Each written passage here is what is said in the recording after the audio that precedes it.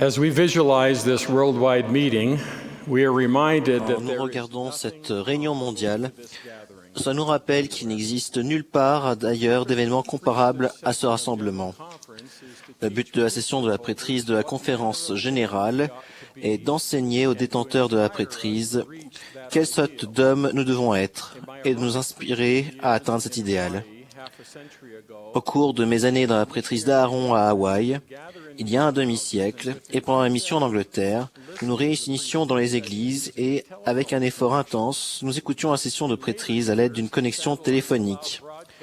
Au cours des années qui ont suivi, les satellites ont permis la diffusion dans des endroits choisis de l'église avec d'énormes antennes paraboliques pour nous permettre d'entendre et de voir les réunions. Nous étions époustouflés par cette technologie. Peu de personnes auraient pu imaginer le monde d'aujourd'hui où toute personne qui a accès à Internet avec un smartphone, une tablette ou un ordinateur peut recevoir les messages de cette réunion.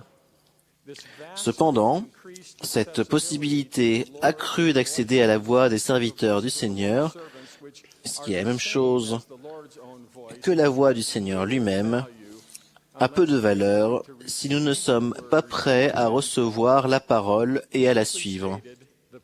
Pour le dire en termes simples, le but de la conférence générale et de cette session de la prêtrise n'est atteint que lorsque nous sommes prêts à agir, si nous sommes disposés à changer. Il y a plusieurs dizaines d'années, j'étais évêque. Je me suis entretenu sur une longue période avec un homme de notre paroisse qui était de nombreuses années mon aîné.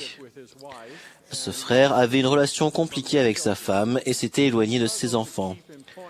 Il avait du mal à conserver un emploi, il n'avait pas d'amis proches et il trouvait les relations avec les membres de la paroisse si difficiles qu'il a fini par ne plus vouloir œuvrer dans l'Église.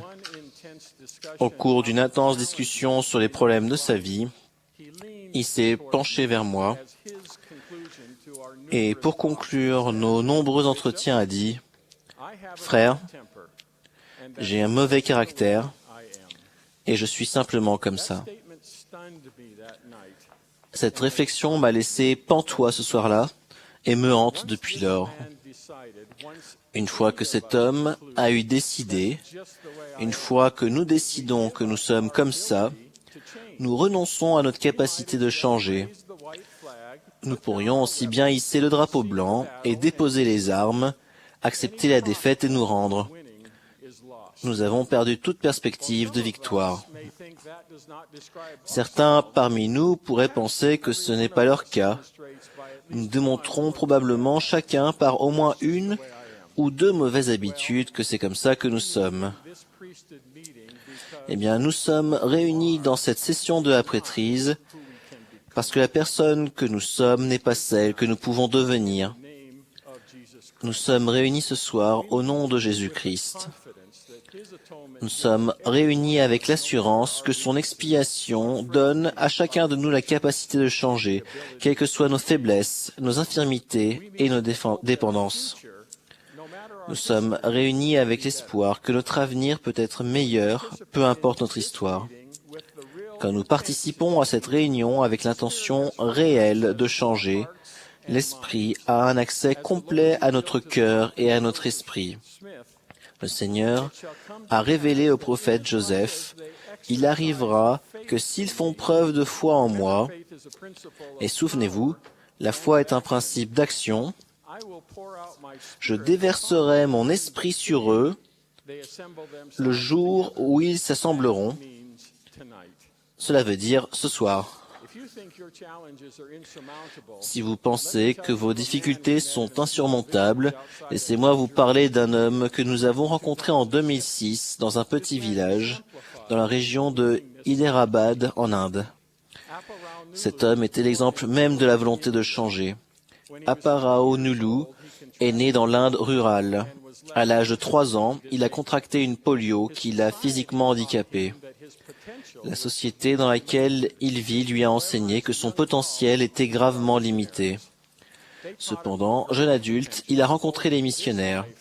Ils lui ont appris l'existence d'un plus grand potentiel, tant dans cette vie que dans l'éternité à venir. Il a été baptisé et confirmé membre de l'Église. Sa perspective s'étant fortement améliorée, Il s'est fixé pour but de recevoir la prêtrise de Melchisédek et de faire une mission à plein temps.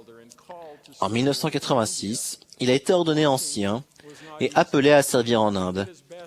Ce n'était pas facile de marcher. Il faisait de son mieux à l'aide d'une canne dans chaque main et il tombait souvent. Mais il était hors de question d'abandonner. Il avait pris l'engagement de faire sa mission de manière honorable et dévouée, et il a tenu cet engagement.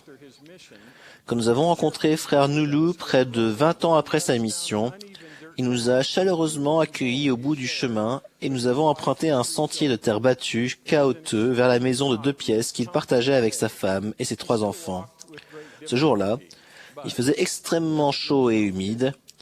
Il marchait toujours très difficilement, mais il ne s'apitoyait pas sur son sort. Grâce à sa diligence personnelle, il est devenu instituteur, instruisant les enfants du village. Quand nous sommes entrés dans son humble demeure, il m'a immédiatement emmené dans un coin et a sorti une boîte qui contenait ses biens les plus précieux. Il voulait me montrer un bout de papier. Il y était écrit « Mes meilleurs vœux et toutes mes bénédictions à frère Nulu, un missionnaire heureux et courageux », daté du 25 juin 1987, signé de Boyd K. Packer. À l'époque, quand frère Packer était venu en Inde et s'était adressé à un groupe de missionnaires, il avait affirmé à frère Nulu son potentiel. En résumé, ce que frère Nulu m'a dit ce jour-là en 2006 était que l'Évangile avait changé sa vie de façon permanente. Le président de mission nous accompagnait au cours de cette visite chez les Nulu. Il était venu s'entretenir avec frères et sœurs Nulu et leurs enfants pour que les parents reçoivent leur dotation et soient scellés et que les enfants soient scellés à leurs parents. Nous avons également présenté à la famille des arrangements pour qu'elle puisse aller au temple de Hong Kong pour ses ordonnances. Ils ont pleuré de joie à la perspective de la réalisation si longtemps attendue de ce rêve. Qu'est-il attendu de quelqu'un qui détient la prêtrise de Dieu? Quels changements sont requis de nous pour devenir la sorte d'homme que nous devons être? Voici 3 suggestions. La première, nous devons être des hommes de la prêtrise. Que nous soyons jeunes gens détenteurs de la prêtrise d'Aaron ou des hommes détenant la prêtrise de Melchisédek, nous devons être des hommes de la prêtrise faisant preuve de maturité spirituelle parce que nous avons contracté des alliances. Comme l'a dit Paul, lorsque j'étais enfant, je parlais comme un enfant, je pensais comme un enfant, je raisonnais comme un enfant. Lorsque je suis devenu homme, j'ai fait disparaître ce qui était de l'enfant. Nous devrions être différents parce que nous détenons la prêtrise, non pas de façon arrogante, orgueilleuse ou condescendante, mais humble et réceptive. Recevoir la prêtrise et ses différents offices devrait avoir une signification particulière pour nous. Ce ne devrait pas être un rite superficiel de passage qu'on accomplit automatiquement à un certain âge, mais un acte sacré, réfléchi, par lequel on contracte une alliance. Nous devrions être si honorés et si reconnaissants que cela se verrait dans toutes nos actions. Si ce n'est que rarement que nous pensons à la prêtrise, nous devons changer. Deuxièmement, nous devons servir. L'essence même de la possession de la prêtrise est de magnifier notre appel en servant les autres.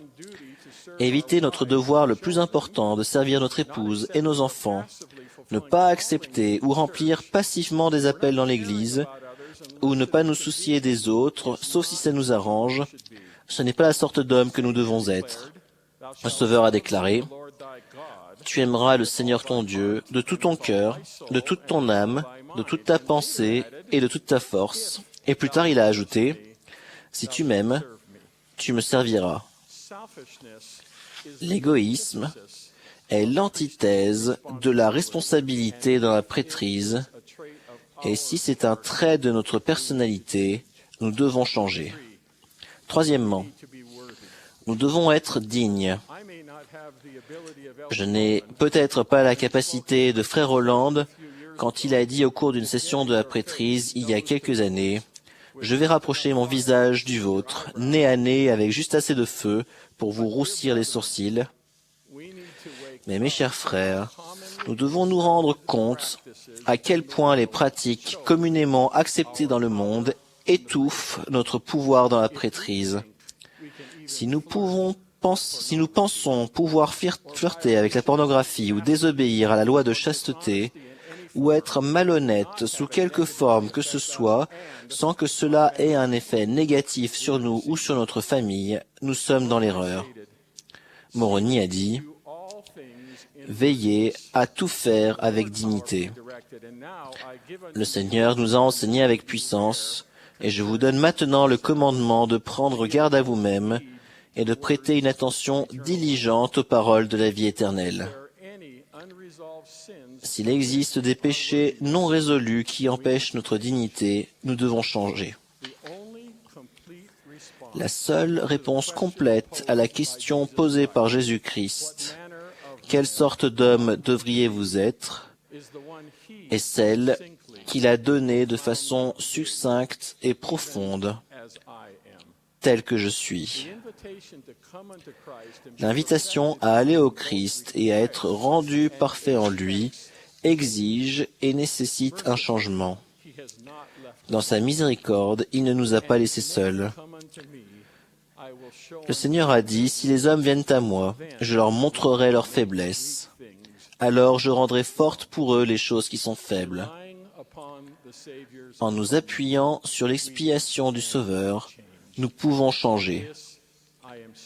J'en suis certain. Au nom de Jésus-Christ. Amen.